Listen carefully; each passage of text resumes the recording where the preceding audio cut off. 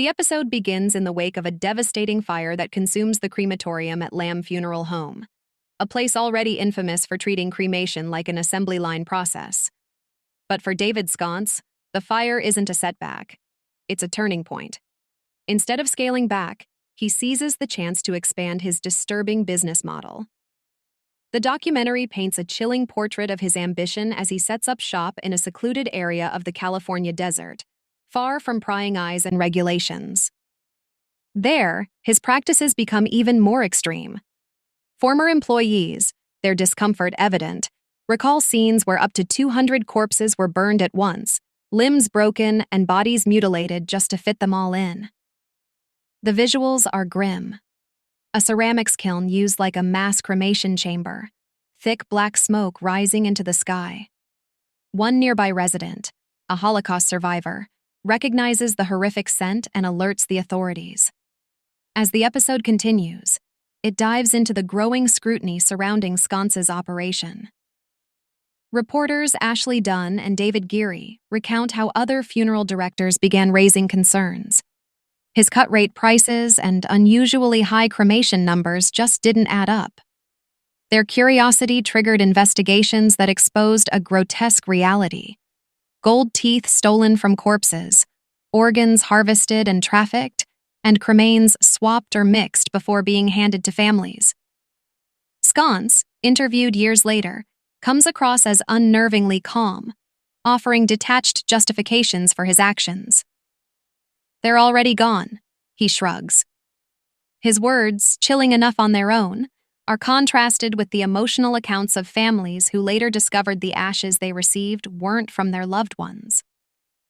The tension builds toward the episode's climax, as investigators dig deeper into Sconce's dark empire. Evidence eventually ties him to the beating and death of a competing funeral director, suggesting he may have used violence to silence threats. Although murder charges are later dropped due to lack of proof, the documentary doesn't shy away from the implication. Sconce may have been willing to kill to protect his grip on the industry.